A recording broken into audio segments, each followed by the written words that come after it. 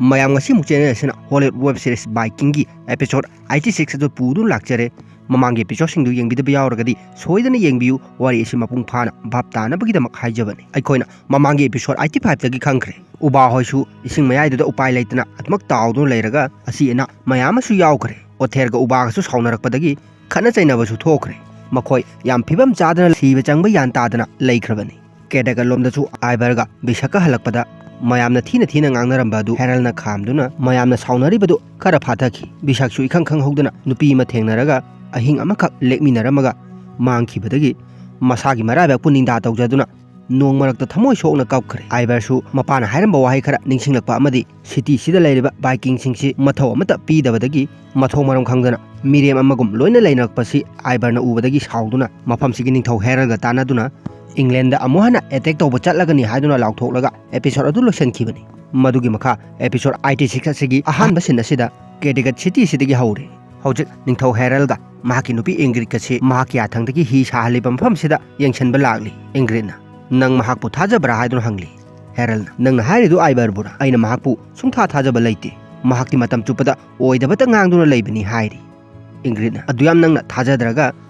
Mahakalona England gilan pamduda chatkadoribra haiduna hangli heralna sungsoi soidana chatkadoribani ibani di hanadi giloinare amana amabu kanano habsi masak phajana khangnabani aisu oidaba kaya ngangli mahaksu oidaba kaya ngangli aiberga aiga gi maridi asumaina sum loinarakpani hairi Ingrid oida padaba thajanadaba mari sidi yam kuina leibasu yaroi aduga mapangan su kanba watkani hairi heralna engi ki paukhomsi pidringai Eric laktuna akhoi mayamna hujik adongi damak afaba jahas makhal khara sarabani hairi heral su harauduna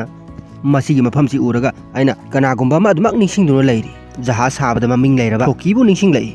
Eric na kari Floki haiba hairagli heralna hoi Floki haibani mingsi nangna amukta tadri gaina di hairakanu maramdi aduki matik phawba mingni Ragnar Lodbrok Floki na saba hi tongduna England da ahanba chatkibani matungda Frankia da amuk yaurure Eric na Floki haribadu adomdi masak khangbibra hadun hangli heralna hoi aina masak muna khangi mahaki maming tadaba mi habsi atangman aigi tung ilu ula nakoina sengpa chagaleba jahasing si yengchallusi afaba makhangi jahas haramba miyoi khaidi loina sinakhre Flokina mata amada hairamki mahakna saba jahasti samudragi kallaba ithak ipomna mangonda karisu tawroi lithoklaga adumak lakani haiki adubo khoina hujik sariba jahasi jo aina thajari Flokina sakhiba jahas adugum mapangan kanba oisan mamit mana singba oisan Eralna Floki bu thagatuna mang thaduna adumak chatli tungdana Erika mahaki nupi Ingrid kasi adum inaduna lagli heralna khitang lapthokiba tanja lauduna Erikna heralgi nupi Ingrid pu phaduna ainanga wari ma sanagadaba lei hairi makhoini tawribsi heralna su khangi adu mahangna usanadaba saduna adumak chatkre masidagi sense hongkhiduna heralna Erik pu kawdura wari khara sari hojiksu mafam sida Russiana mohana lanarakpa yabagi thajaba leiri aduna aina England da chathokrabasu Connecticut city si sena hunaba aina thajaba mi ma darkar oiri aduna Eric mafam sisu nangi yungumani nang Connecticut city sida nena tana leiba yarabani mafam sida nangonda khudong thiba amata nangningai leite aduna aina senareba Connecticut ki daita si nangonda sinarage khalli aigi nupi Ingrid ka nanga loinana aigi in charge oina mafam sida sasanta hogadabani Erikna wafam dugi damaktadi thagachari adubu adomna phire basi irai raina leptholiba karigino haidun hangli heralna waroisan ama poraktaba yadabagi mawongda leire aduna phire basi leptaba yaroi hairi Erikna adomna hujik haibikhiba waroisan haribiduna karamba waroisan no haidun hangli aina nangonda matangsi phajana explain tawbadi ngamdre adubu aigi pukningnadi thaba asi tawdaba yade haiduna insalli Eriksu heralgi wafamsida ingakakna leire tanjasida heralgi nupi Ingrid sisu changchalakli Ingridna mapuroiba heralgi manakta phamge tawramadagi heralna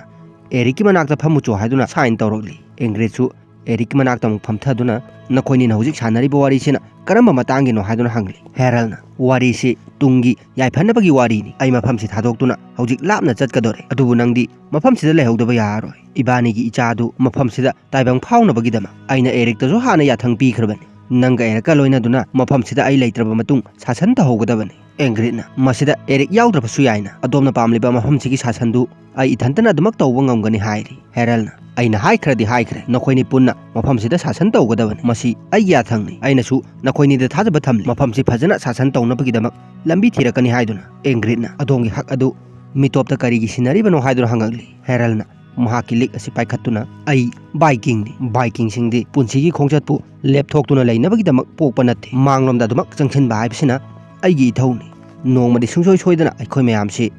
मफम अमदा सोइदना पोथागनी पोथाफमदु यौदि फावदि आई हानगुम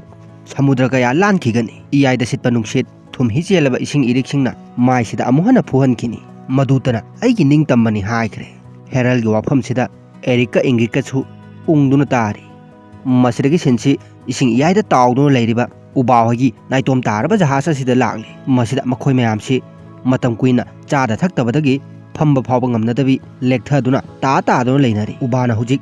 नोंगना चोलुबा यानदुना लैबा फी मचेर अमा उबदगी फीसिदा यावरिबा इसिंगसि छुमदुना इसिंग drop खरासि तोरबीगी मनाक्ता पुसल्ली तोरबीनासु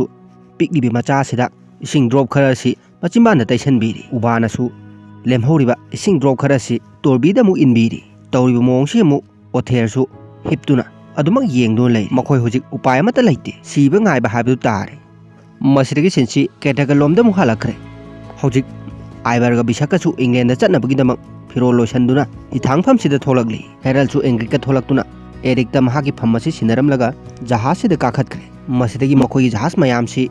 लानमी मयाम तोंगदुना England खोंगचतकीदमक केटागा cities थादोकपा हौखरे एंग्रिका एरिकासु हिथांगफमसिदा लेपतुना लेहौरि मफमसि मखोयनिना पालहौबदा तारे हेरल होय बिशाक होयसु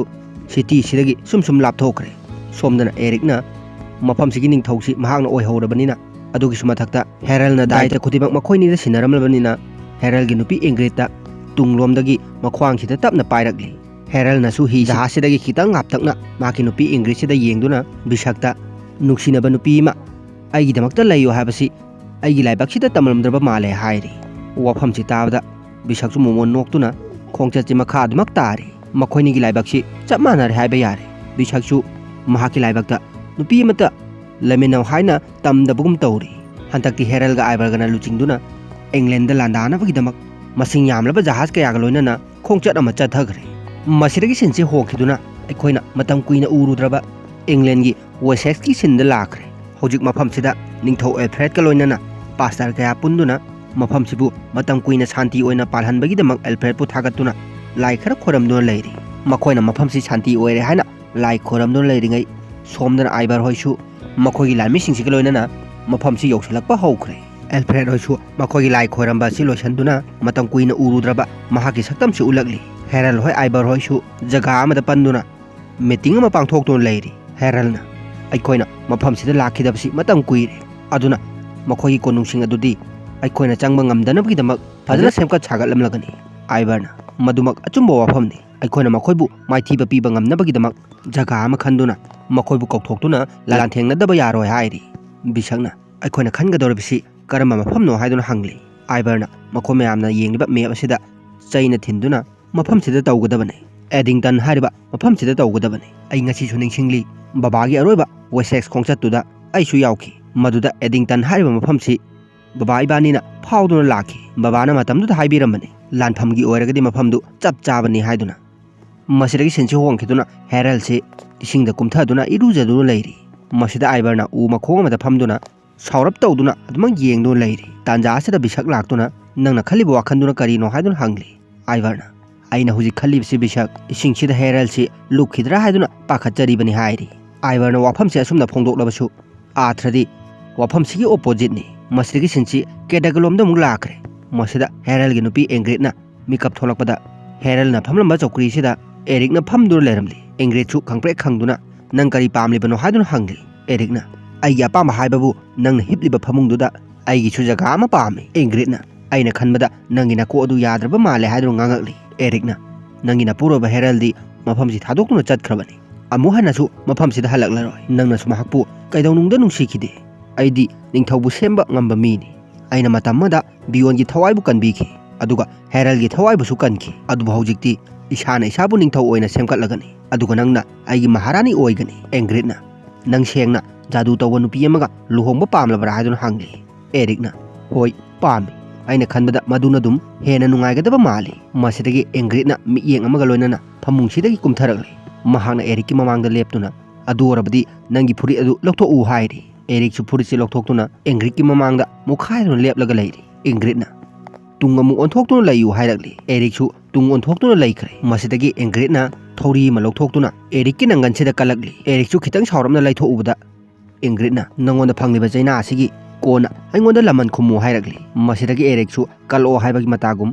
ꯃꯈꯨꯠ ꯇꯤꯡꯊꯣꯛꯇꯨꯅ ꯂꯩꯈ꯭ꯔꯦ ꯑꯦꯡꯒ꯭ꯔꯤꯠꯁꯨ ꯅꯍꯥꯟꯒꯩ ꯎꯗꯕ ꯃꯑꯣꯡ ꯑꯃꯒ ꯂꯣꯏꯅꯅ ꯑꯦꯔꯤꯛꯀꯤ ꯅꯪꯒꯟꯁꯤ ꯏ ꯊꯣꯛꯄ ꯃꯈꯩ ꯐꯨꯔꯤ ꯃꯁꯤꯗꯒꯤ ꯑꯃꯨꯛ ꯐꯃꯨꯡꯁꯤꯗ ꯑꯃꯨꯛ ꯍꯤꯞꯊꯗꯨꯅ ꯅꯪꯅ ꯑꯩꯉꯣꯟꯗ ꯈꯨꯝꯒꯗꯕ ꯂꯃꯟꯗꯨ ꯈꯨꯝꯃꯨ ꯂꯥꯛꯑꯣ ꯐꯃꯨꯡꯁꯤꯗ ꯅꯪꯒꯤ ꯖꯒꯥ ꯑꯃ ꯂꯩꯔꯕꯅꯤ ꯍꯥꯏꯈ꯭ꯔꯦ ꯑꯦꯔꯤꯛꯁꯨ ꯋꯥꯐꯝꯁꯤꯗ ꯃꯣꯃꯣ ꯅꯣꯛꯆꯔꯤ ꯃꯁꯤꯗꯒꯤ ꯁꯤꯟꯁꯤ ꯍꯦꯔꯜ ꯍꯣꯏꯒꯤ ꯁꯤꯟꯗ ꯑꯃꯨꯛ ꯂꯥꯛꯈ꯭ꯔꯦ ꯃꯁꯤꯗ ꯍꯦꯔꯜꯁꯨ ꯃꯈꯣꯏꯒꯤ ꯖꯍꯥꯖꯁꯤꯡꯁꯤ ꯑꯃꯨꯛ ꯇꯣꯡꯗꯨꯅ ꯋꯦꯁꯦꯛꯁ ꯂꯣꯝꯗ ꯁꯨꯝ ꯆꯪꯁꯜꯂꯛꯂꯤ ꯃꯍꯥꯛꯀꯤ ꯃꯥꯏꯊꯣꯡꯗ ꯋꯥꯈꯜ ꯅꯨꯡꯉꯥꯏꯇꯕꯒꯤ ꯃꯃꯤ ꯑꯃꯁꯨ ꯇꯥꯔꯤ ꯃꯈꯣꯏꯒꯤ ꯌꯥꯝꯂꯕ ꯖꯍꯥꯖꯁꯤꯡꯁꯤ ꯍꯧꯖꯤꯛ ꯇꯣꯔꯦꯟ ꯃꯔꯤꯟꯁꯤꯗ ꯁꯨꯝ ꯊꯧꯖꯜꯂꯛꯈ꯭ꯔꯦ ꯁꯣꯝꯗꯅ ꯋꯦꯁꯦꯛꯁꯀꯤ ꯅꯤꯡꯊꯧ ꯑꯦꯜꯐ꯭ꯔꯦꯗꯁꯤ ꯃꯍꯥꯛꯀꯤ ꯂꯥꯟꯃꯤ ꯈꯔꯒ ꯂꯝꯄꯥꯛ ꯑꯃꯗ ꯌꯥꯝ ꯁꯥꯟꯇꯤ ꯑꯣꯏꯅ ꯄꯣꯊꯥꯗꯨꯅ ꯂꯩꯔꯤꯉꯩ ꯃꯈꯣꯏꯒꯤ ꯂꯥꯟꯃꯤ ꯑꯃ ꯁꯒꯣꯜ ꯑꯃ ꯌꯥꯡ ꯊꯧꯗꯨꯅ ꯂꯥꯛꯂꯤꯕ ꯂꯥꯟꯃꯤꯁꯤꯅ ꯁꯒꯣꯜꯁꯤꯗꯒꯤ ꯌꯥꯝ ꯐꯤꯡꯅ ꯀꯨꯝꯊꯔꯛꯂꯒ ꯅꯤꯡꯊꯧ ꯑꯦꯜꯐ꯭ꯔꯦꯗꯀꯤ ꯃꯅꯥꯛꯇ ꯐꯝꯊꯗꯨꯅ ꯏꯅꯤꯡꯊꯧ ꯑꯩꯈꯣꯏꯒꯤ ꯋꯦꯁꯦꯛꯁ ꯃꯥꯏꯀꯩ ꯇꯝꯅ ꯚꯥꯏꯀꯤꯡꯁꯤꯡꯒꯤ ꯖꯍꯥꯖ ꯀꯌꯥ ꯑꯃ ꯂꯥꯛꯍꯧꯔꯦ ꯂꯥꯛꯂꯤꯕ ꯖꯍꯥꯖꯇꯨ ꯌꯥꯝꯗ꯭ꯔꯕꯗ 200ꯒꯨꯝꯕꯗꯤ ꯁꯨꯕ ꯌꯥꯏ ꯍꯥꯏꯔꯤ ꯑꯦꯜꯐ꯭ꯔꯦꯗꯁꯨ ꯋꯥꯐꯝꯁꯤꯗ ꯉꯛꯇꯨꯅ ꯂꯥꯛꯏꯕ ꯚꯥꯏꯀꯤꯡꯁ ꯑꯗꯨ ꯀꯅꯥꯅꯣ ꯍꯥꯏꯕꯗꯤ ꯈꯪꯉꯛꯄ꯭ꯔꯥ ꯍꯥꯏꯗꯨꯅ ꯍꯪꯂꯤ ꯂꯥꯟꯃꯤꯁꯤꯅ ꯑꯩꯅ ꯄꯥꯎ ꯑꯣꯏꯅ ꯇꯥꯕꯒꯤ ꯃꯇꯨꯡ ꯏꯟꯅꯗꯤ ꯏꯅꯤꯡꯊꯧ ꯂꯥꯛꯂꯤꯕ ꯚꯥꯏꯀꯤꯡꯁ ꯑꯗꯨ ꯅꯣꯔꯋꯦꯒꯤ ꯀꯥꯡꯕꯨꯅꯤ ꯍꯥꯏ ꯔꯦꯒꯅꯔ ꯂꯣꯗꯕ꯭ꯔꯨꯛꯀꯤ ꯃꯆꯥꯁꯤꯡꯅꯤ ꯍꯥꯏꯔꯛꯂꯤ ꯄꯥꯎꯁꯤ ꯇꯥꯕꯗꯣ ꯑꯦꯜꯐ꯭ꯔꯦꯗꯁꯨ ꯃꯁꯥꯗ ꯁꯥꯎꯅꯤꯡꯕꯅ ꯂꯣꯏꯈ꯭ꯔꯦ ꯃꯁꯤꯗꯒꯤ ꯁꯤꯟꯁꯤ ꯍꯣꯡꯈꯤꯗꯨꯅ ꯍꯦꯔꯜ ꯍꯣꯏ ꯑꯥꯏꯕꯔ ꯍꯣꯏꯁꯤ ꯖꯒꯥ ꯑꯃꯗꯃꯨꯛ ꯀꯦꯝ ꯇꯧꯗꯨꯅ ꯇꯧꯒꯗꯧꯔꯤꯕ ꯂꯥꯟꯐꯝꯁꯤꯒꯤꯗꯃꯛ ꯃꯦꯞ ꯄꯨꯊꯣꯛꯇꯨꯅ ꯄ꯭ꯂꯥꯟ ꯀꯌꯥ ꯑꯃ ꯇꯧꯈ꯭ꯔꯦ ꯁꯣꯝꯗꯁꯨ ꯋꯦꯁꯦꯛꯁꯀꯤ ꯀꯣꯅꯨꯡꯂꯣꯝꯗꯁꯨ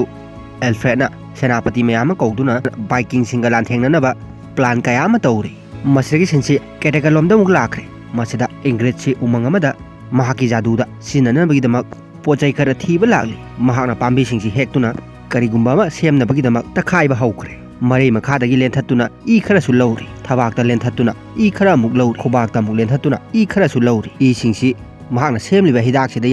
ꯌꯥꯟꯁꯟꯗꯨꯅ ꯎ ꯃꯀꯨꯒꯨꯝꯕ ꯑꯃꯗ ꯇꯩꯁꯟꯈ꯭रे ꯑꯗꯨꯒ ꯎ ꯃꯀꯨꯁꯤꯗ ꯗꯥꯛ ꯊꯝꯗꯨꯅ ꯂꯥꯏꯒꯨꯝꯕꯒꯤ ꯃꯃꯤꯡ ꯈꯔ ꯄꯟꯗꯨꯅ ꯃꯈꯣꯏꯒꯤ ꯃꯃꯤꯠꯇ ꯌꯣꯄꯤꯁꯤꯅ ꯌꯨꯡꯁꯤꯜꯂꯤꯕꯅꯤ ꯍꯥꯏꯗꯨꯅ ꯃꯟꯇ꯭ꯔ ꯀꯌꯥ ꯑꯃ ꯁꯣꯟꯈ꯭ꯔꯦ ꯃꯍꯥꯛꯅ ꯁꯣꯟꯕ ꯂꯣꯏꯔꯕ ꯎ ꯃꯆꯦꯠ ꯑꯁꯤ ꯑꯦꯔꯤꯛꯀꯤ ꯃꯣꯝꯄꯥꯛ ꯃꯈꯥ ꯑꯁꯤꯗ ꯊꯝꯖꯟꯈ꯭ꯔꯦ ꯃꯁꯤꯗꯒꯤ ꯁꯤꯟꯁꯤ ꯋꯦꯁꯦꯛꯁ ꯂꯣꯝꯗ ꯑꯃꯨꯛ ꯂꯥꯛꯂꯤ ꯃꯁꯤꯗ ꯑꯥꯏꯚꯔꯒ ꯕꯤꯁꯛꯀꯁꯤ ꯂꯥꯟꯃꯤ ꯈꯔ ꯄꯨꯗꯨꯅ ꯎꯃꯪꯒꯤ ꯖꯒꯥ ꯑꯃꯗ ꯂꯥꯛꯄꯁꯤ ꯋꯦꯁꯦꯛꯁꯀꯤ ꯃꯤꯆꯝ ꯑꯃꯅ ꯎꯈ꯭ꯔꯦ ꯃꯁꯤꯗ ꯑꯥꯏꯚꯔꯒ ꯕꯤꯁꯛꯀꯁꯨ ꯇꯤꯝ ꯑꯅꯤ ꯈꯥꯏꯗꯣꯛꯇꯨꯅ ꯇꯣꯉꯥꯟ ꯇꯣꯉꯥꯟꯕ ꯂꯝꯕꯤꯗ ꯆꯠꯅꯈ꯭ꯔꯦ ꯁꯣꯝꯗꯅ ꯅꯤꯡꯊꯧ ꯑꯦꯜꯐ꯭ꯔꯦꯗꯁꯨ ꯂꯥꯟꯐꯝꯁꯤꯒꯤꯗꯃꯛ ꯂꯥꯏ ꯀꯟꯅ ꯈꯣꯏꯔꯝꯗꯨꯅ ꯂꯩꯔꯤ ꯃꯁꯤꯗꯒꯤ ꯁꯤꯟꯁꯤ ꯑꯥꯏꯚꯔ ꯍꯣꯏꯁꯨ ꯃꯐꯝꯁꯤ ꯁꯨꯝ ꯌꯦꯡꯊꯣꯛꯄ ꯂꯥꯛꯂꯤ ꯇꯥꯟꯖꯥ ꯑꯁꯤꯗ ꯁꯖꯤ ꯑꯃ ꯃꯈꯣꯏꯒꯤ ꯃꯃꯥꯡꯗ ꯂꯦꯞꯇꯨꯅ ꯂꯩꯕꯁꯤ ꯎꯔꯦ ꯑꯥꯏꯚꯔꯅ ꯃꯌꯥꯝꯁꯤꯕꯨ ꯈꯥꯝꯗꯨꯅ ꯂꯥꯟꯃꯤ ꯑꯃꯗ ꯌꯥꯊꯪ ꯄꯤꯗꯨꯅ ꯁꯖꯤꯁꯤꯕꯨ ꯇꯦꯟꯅ ꯀꯥꯞꯍꯟꯈ꯭ꯔे ꯅꯤꯄꯥꯁꯤꯅ ꯆꯦꯟꯁꯜꯂꯛꯇꯨꯅ ꯁꯖꯤꯁꯤ ꯂꯧꯈꯠꯀꯦ ꯇꯧꯕꯗ ꯍꯥꯟꯅꯅ ꯄꯨꯟꯗꯨꯅ ꯊꯝꯕ ꯁꯖꯤ ꯑꯣꯏꯗꯨꯅ ꯂꯩꯔꯝꯂꯤ ꯅꯤꯄꯥꯁꯤꯅ ꯁꯖꯤ ꯄꯨꯜꯂꯝꯂꯤꯕ ꯎꯆꯨꯛ ꯑꯁꯤ ꯊꯥꯡꯀꯠꯇꯨꯅ ꯑꯥꯏꯚꯔꯗ ꯎꯠꯂꯛꯂꯤ ꯃꯁꯤꯗꯒꯤ ꯑꯥꯏꯚꯔꯅꯁꯨ ꯆꯤꯡꯅꯕ ꯐꯥꯎꯈ꯭ꯔꯦ ꯏꯈꯪ ꯈꯪꯍꯧꯗꯅ ꯍꯧꯖꯤꯛ ꯋꯦꯁꯦꯛꯁꯀꯤ ꯂꯥꯟꯃꯤ ꯀꯌా ꯑꯃ ꯆꯦꯟꯊꯣꯔꯛꯇꯨꯅ ꯑꯥꯏꯚꯔ ꯍꯣꯏꯗ ꯑꯦꯇꯦꯛ ꯇꯧꯕ ꯍꯧꯔꯛꯈ꯭रे ꯍꯧꯖꯤक ꯂꯥꯟꯐꯝ ꯃꯆꯥꯁꯤꯗ ꯋꯦꯁꯦꯛꯁꯀꯤ ꯂꯥꯟꯃꯤꯅ ꯍꯥꯟꯅꯅ ꯇꯌꯥꯔꯤ ꯇꯧꯗꯨꯅ ꯂꯩꯔꯝꯕ ꯃꯔꯝꯅ ꯑꯥꯏꯚꯔ ꯍꯣꯏꯁꯤ ꯃꯥꯏꯊꯤꯕ ꯅꯪꯒꯗꯧꯔꯦ ꯃꯈꯣꯏꯒꯤ ꯂꯥꯟꯃꯤ ꯀꯌꯥ ꯑꯃ ꯋꯦꯁꯦꯛꯁꯀꯤ ꯂꯥꯟꯃꯤꯁꯤꯡꯅ ꯍꯥꯠꯈ꯭रे ꯆꯤꯔꯕ ꯇꯥꯟꯖꯥ ꯑꯁꯤꯗ ꯕꯤꯁꯛꯀꯤ ꯇꯤꯝꯁꯤ ꯆꯦꯟꯖꯜꯂꯛꯇꯨꯅ ꯑꯥꯏꯚꯔ ꯍꯣꯏꯒꯤ ꯃꯇꯦꯡ ꯄꯥꯡꯉꯛꯂꯤ ꯃꯁꯤꯗꯒꯤ ꯍꯤꯡꯍꯧꯔꯤꯕ ꯋꯦꯁꯦꯛꯁꯀꯤ ꯂꯥꯟꯃꯤ ꯈꯔꯁꯤꯁꯨ माइथीरगनी खंगबदगी लोइना चेनाखरे मसिदगी सिनसी उबा होगी सिंदा मुक लागली हौजिक मखोइसी इसिंग इयाइसिदा अदुमक ताउदुना मियोइसिंगसी असिबगा पांगक लोइना ओइनारी लेंगो फावबा ngamnadabida तादुना लोइना लेइनारी वेसेक्स लोमदना आइबर होइसु मखोइना लाकपदा लंबीदा थेंगना खुंगंग खुदिमक मांग ताहनदुना अदुमक चंगसलगली आइबर होइना थुगाइबिख्रबा वेसेक्स की खुंगंगसिंगदा लेरंबा मिचमसिंगसिना मथवाइ हिंगनबगीदमक खुंगंग थादोक्तुना कोनुंगलोमदा लोइना चेनरगली आइबर होइसु बाइकिंग की हुंगनबी लेरंबा खुंगंग खुदिमक लुट तौदुना मई लोइना थादोक्तुना थममली एल्फ्रेड होइसु वेसेक्स की कोनुंगसि थादोक्लमलगा अतोप्पा जगह अमदा होंगतोक्नबगीदमक लानमी लोइना पुदुना चटखरे मखोइना होजिक सुम लाक्लगा उमंग अमदा पोथादुना लेइनारी एल्फ्रेड की नुपीसिना मपुरोइबदा खितंग वारौना वेसेक्स की निथौ अमा ओइरगा मफमदु ngak senba ngammaroi khanduna थादोक्लमलिबा नत्रा लान फावबा थेंगनद्रिङै हाना मिचेन ओइरे हादुना ngangakli एल्फ्रेडना एल्सुएट मफमदु सुपना खक्की युम खरा खतनी लैरिबा जगह अमा खतनी ओइरिबा मरु ओइरिबदी आइबरना आइबु फादना बहोनबसिनि नखोइना वेसेक्स हारिबदु तसेंगबदी आइनि आइ फाख्रबदी वेसेक्सु लोइरे वाफमसि मुन्ना खंजलु हाइरि मसिदगी सिनसि केटेगलमदा मु लाखरे मसिदा एंग्रिना एरिकपु सेबा तौबिदु लैरि तांजासिदा मनाय मा चंगक्तुना निंगथौना सेटकदबा फिजोल अमा उलगली एरिकना एंग्रिता मसिदि करिनो हाइदुना हंगली एंग्रिना मसि आइना नंगिदमक्ता थौरांखिबा फिजोलनि फजबरा येंगु हाइरि एरिकनासु याम हराउना होय फजै हाइरि एंग्रिना एरिक नंगना नुंगाइना हराउना लैबासि आइसु येंबा पामी हाइरि एरिकना हौजिति आइ याम नुंगाइरे नुंगाइरोइदबगी मरम अमतसु लैतरे केरेगत की निंगथौ अमसु ओइरे अदुगसु मथक्ता नंगसु आइगी ओइबा फंगजरे मसिदगी हेना नुंगाइबा कदाइदा थीरुनी हौजिकति अइंगोंदा अवाटपा अमता लैतरे एंग्रेजसु एरिकता केमा तौरमलगा लैथोक्तुना तुंगखरे ममाइसे हेक लैथोरकपददी ꯃꯔꯧ ꯂꯩꯕ ꯃꯤꯠꯌꯦꯡ ꯑꯃ ꯑꯗꯨꯃꯛ ꯌꯦꯡꯉꯛꯂꯤ ꯃꯁꯤꯗꯒꯤ ꯁꯤꯟꯁꯤ ꯑꯥꯏꯚꯔ ꯍꯣꯏꯒꯤ ꯁꯤꯟꯗ ꯑꯃꯨꯛ ꯂꯥꯛꯂꯤ ꯍꯧꯖꯤꯛ ꯍꯦꯔꯜꯒ ꯕꯤꯁꯛꯀ ꯃꯈꯣꯏ ꯑꯍꯨꯝꯅ ꯑꯥꯏꯚꯔꯅ ꯂꯥꯟꯐꯝꯒꯤꯗꯃꯛ ꯈꯟꯈꯤꯕ ꯖꯒꯥꯗꯨ ꯌꯦꯡꯕ ꯂꯥꯛꯂꯤ ꯃꯈꯣꯏ ꯑꯍꯨꯝꯁꯨ ꯃꯐꯝꯁꯤ ꯌꯦꯡꯗꯨꯅ ꯆꯞ ꯆꯥꯔꯦ ꯍꯥꯏꯅꯈ꯭ꯔꯦ ꯃꯁꯤꯗꯒꯤ ꯁꯤꯟꯁꯤ ꯀꯦꯗꯒ ꯂꯣꯝꯗ ꯑꯃꯨꯛ ꯍꯜꯂꯛꯈ꯭ꯔꯦ ꯍꯧꯖꯤꯛ ꯑꯦꯔꯤꯛꯅ ꯃꯁꯤꯗ ꯃꯤꯀꯞ ꯊꯣꯛꯂꯛꯄꯗ ꯃꯃꯤꯠ ꯅꯥꯝ ꯑꯁꯤ ꯆꯩꯅꯥ ꯐꯥꯎꯔꯛꯄꯗꯒꯤ ꯂꯥꯎ ꯈꯣꯡꯗꯨꯅ ꯍꯧꯒꯠꯂꯛꯂꯤ ꯑꯦꯡꯒ꯭ꯔꯤꯠꯅꯁꯨ ꯈꯪꯖꯅꯗꯕ ꯁꯥꯗꯨꯅ ꯀꯩꯗꯧꯔꯒꯦ ꯍꯥꯏꯗꯨꯅ ꯑꯦꯔꯤꯛꯀꯤ ꯃꯃꯤꯠꯁꯤ ꯌꯦꯡꯕꯤꯔꯤ ꯑꯗꯨꯕꯨ ꯑꯦꯔꯤꯛꯀꯤ ꯃꯃꯤꯠ ꯅꯥꯝ ꯑꯁꯤ ꯇꯥꯡꯗꯨꯅ ꯂꯩꯔꯝꯂꯦ ꯑꯦꯔꯤꯛꯅꯁꯨ ꯃꯁꯥꯁꯤ ꯏꯄꯥ ꯄꯥꯈꯠꯅ ꯏꯁꯤꯡꯅ ꯆꯥꯝꯊꯣꯛꯇꯨꯅ ꯃꯃꯤꯠꯁꯤ ꯌꯦꯡꯂꯤ ꯑꯗꯨꯕꯨ ꯃꯃꯤꯠ ꯅꯥꯝ ꯑꯁꯤ ꯎꯗ꯭ꯔꯦ ꯍꯥꯏꯗꯨꯅ ꯂꯥꯎꯖꯔꯤ ꯇꯧꯔꯤꯕ ꯊꯧꯑꯣꯡꯁꯤ ꯑꯦꯡꯒ꯭ꯔꯤꯠꯅ ꯃꯟꯇ꯭ꯔ ꯇꯧꯁꯟꯗꯨꯅ ꯑꯦꯔꯤꯛꯀꯤ ꯃꯨꯡꯄꯥ ꯃꯈꯥꯗ ꯊꯝꯈꯤꯕ ꯄꯣꯠ ꯑꯗꯨꯅ ꯑꯦꯔꯤꯛꯀꯤ ꯃꯃꯤꯠ ꯅꯥꯝ ꯑꯁꯤ ꯇꯥꯡꯍꯟꯕ ꯍꯧꯔꯛꯈ꯭ꯔꯦ ꯍꯧꯖꯤꯛ ꯑꯥꯏꯚꯔꯒꯤ ꯂꯥꯟꯃꯤꯁꯤꯡꯁꯤꯁꯨ ꯂꯥꯟ ꯇꯧꯐꯝ ꯖꯒꯥ ꯑꯁꯤꯗ ꯂꯣꯏꯅ ꯌꯧꯁꯜꯂꯛꯈ꯭ꯔꯦ ꯑꯥꯏꯚꯔꯒ ꯕꯤꯁꯛꯀꯁꯨ ꯐꯝꯗꯨꯅ ꯖꯒꯥ ꯑꯁꯤꯕꯨ ꯑꯗꯨꯃꯛ ꯌꯦꯡꯗꯨꯅ ꯂꯩꯔꯤ ꯑꯥꯏꯚꯔꯅ ꯎꯔꯕꯔ ꯕꯤꯁꯛ ꯅꯪꯅ ꯍꯧꯖꯤꯛ ꯅꯞꯃꯤꯟꯅ ꯍꯦꯛ ꯎꯔꯤꯕ ꯃꯐꯝꯁꯤ ꯌꯥꯝ ꯊꯨꯅ ꯑꯩꯈꯣꯏꯒꯤ ꯑꯣꯏꯔꯒꯗꯕꯅꯤ ꯃꯐꯝꯁꯤꯒꯤ ꯈꯨꯗꯤꯡꯃꯛ ꯑꯩꯈꯣꯏꯅꯤꯒꯤ ꯑꯣꯏꯔꯒꯗꯕꯅꯤ ꯍꯥꯏꯔꯤ ꯕꯤꯁꯛꯅ ꯍꯦꯔꯜꯒꯤꯁꯨ ꯑꯣꯏꯒꯗꯧꯔꯤꯕ ꯅꯠꯇ꯭ꯔꯥ ꯍꯥꯏꯗꯨꯅ ꯍꯪꯂꯤ ꯑꯥꯏꯚꯔꯅ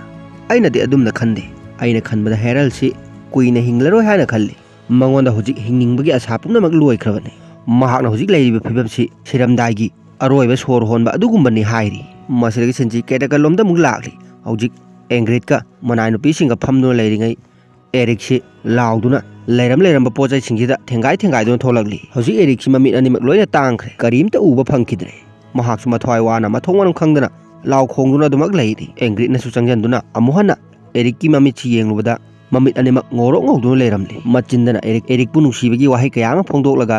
ꯆꯤꯝꯕꯥꯟꯗꯗꯤ ꯃꯣꯃꯣꯟ ꯑꯗꯨꯃꯛ ꯅꯣꯛꯂꯤ ꯃꯁꯤꯗꯒꯤ ꯁꯤꯟꯁꯤ ꯎꯕꯥ ꯍꯣꯏꯒꯤ ꯁꯤꯟꯗ ꯑꯃꯨꯛ ꯂꯥꯛꯂꯤ ꯍꯧꯖꯤꯛ ꯎꯕꯥꯁꯨ ꯍꯤꯁꯤꯗ ꯎꯄꯥꯏ ꯂꯩꯇꯅ ꯃꯁꯥꯗ ꯁꯤꯔꯤꯕ ꯕꯥꯏꯀꯤꯡꯒꯤ ꯈꯨꯖꯤꯁꯤ ꯂꯧꯊꯣꯛꯇꯨꯅ ꯑꯗꯨꯃꯛ ꯌꯦꯡꯗꯨꯅ ꯂꯩꯔꯦ ꯃꯍꯥꯛꯀ ꯂꯥꯛꯃꯤꯟꯅꯈꯤꯕ ꯃꯤꯑꯣꯏꯁꯤꯡꯁꯤꯁꯨ ꯑꯁꯤꯕꯒꯨꯝ ꯂꯣꯏꯅ ꯇꯥꯗꯨꯅ ꯂꯩꯅꯔꯤ ꯎꯕꯥꯅ ꯍꯧꯖꯤꯛ ꯇꯞꯅ ꯑꯗꯨꯃꯛ ꯂꯩꯊꯣꯛꯇꯨꯅ ꯌꯦꯡꯂꯨꯕꯗ ꯂꯩꯆꯤꯟ ꯊꯥꯖꯟꯗꯨꯅ ꯂꯩꯕ ꯌꯥꯝ ꯂꯥꯞꯅ ꯖꯒꯥ ꯑꯃ ꯎꯔꯦ ꯎꯕꯥꯅ ꯆꯥꯗ ꯊꯛꯇꯕꯒꯤ ꯃꯈꯣꯟꯁꯦ ꯁꯤꯔꯤ ꯇꯣꯔꯕꯤꯕꯨ ꯀꯧꯔꯛꯇꯨꯅ ꯑꯥꯗ ꯂꯩꯔꯤꯕꯁꯤ ꯌꯦꯡꯉꯨ ꯍꯥꯏꯖꯔꯛꯂꯤ ꯇꯣꯔꯕꯤꯁꯨ ꯃꯁꯥꯁꯦ ꯌꯥꯝ ꯁꯣꯟꯅ ꯍꯧꯒꯠꯂꯛꯂꯒ ꯃꯐꯝꯁꯤꯕꯨ ꯌꯦꯡꯂꯤ ꯑꯗꯨꯕꯨ ꯇꯣꯔꯕꯤꯅ ꯌꯦꯡꯕꯗꯗꯤ ꯂꯩꯆꯤꯟ ꯊꯥꯖꯟꯗꯨꯅ ꯂꯩꯕ ꯃꯔꯝꯅ ꯃꯐꯝꯁꯤ ꯐꯖꯅ ꯎꯕ ꯉꯝꯗ꯭ꯔꯦ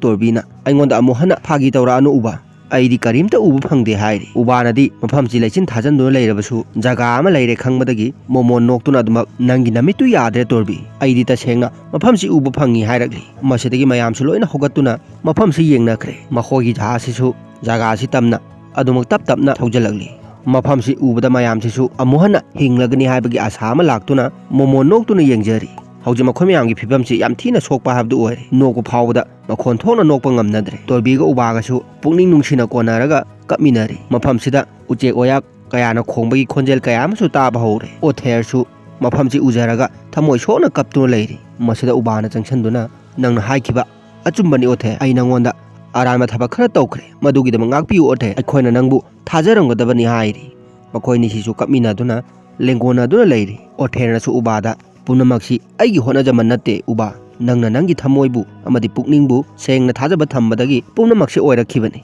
ꯉꯁꯤꯗꯤ ꯅꯪꯒꯤ ꯊꯥꯖꯈꯤꯕ ꯑꯗꯨꯅ ꯑꯩꯈꯣꯏ ꯃꯌꯥꯝꯕꯨ ꯑꯅꯧꯕ ꯄꯨꯟꯁꯤ ꯑꯃꯗ ꯍꯤꯡꯕ ꯐꯪꯂꯒꯗꯕꯅꯤ ꯍꯥꯏꯗꯨꯅ ꯍꯔꯥꯎꯖꯔꯤ ꯃꯐꯝꯁꯤꯁꯨ ꯎꯕꯥꯅ ꯌꯦꯡꯕꯗ ꯑꯣꯊꯦꯔꯅ ꯋꯥꯔꯤ ꯂꯤꯕꯗ ꯌꯥꯎꯈꯤꯕ ꯎꯆꯦꯛ ꯋꯥꯌꯥꯒꯤ ꯈꯣꯟꯖꯦꯜ ꯑꯁꯦꯡꯕ ꯅꯨꯡꯁꯤꯠ ꯎꯄꯥꯜ ꯋꯥꯄꯥꯜ ꯀꯌꯥꯅ ꯄꯨꯡꯊꯟ ꯊꯟꯅ ꯍꯧꯔꯕ ꯁꯅꯥꯒꯤ ꯂꯝ ꯍꯥꯏꯕꯗꯨꯃꯛ ꯐꯪꯖꯈ꯭ꯔꯦ ꯁꯤꯟ ꯑꯁꯤꯒ ꯂꯣꯏꯅꯅ ꯑꯦꯄꯤꯁꯣꯗ ꯑꯁꯤ ꯃꯇꯥꯡ ꯁ꯭ꯋꯥꯏꯗ ꯂꯣꯏꯁꯜꯂꯦ ꯃꯁꯤꯒꯤ ꯃꯈꯥ ꯃꯊꯪ ꯑꯃꯨꯛ ꯄꯨꯗꯨꯅ ꯂꯥꯛꯆꯒꯦ ꯉꯁꯤꯒꯤꯗꯤ ꯃꯌꯥꯝꯕꯨ ꯑꯃꯨꯛꯀ ꯍꯟꯅ ꯀꯥꯏꯅꯅꯕ ꯌꯥꯊꯪ ꯅꯤꯖꯔꯤ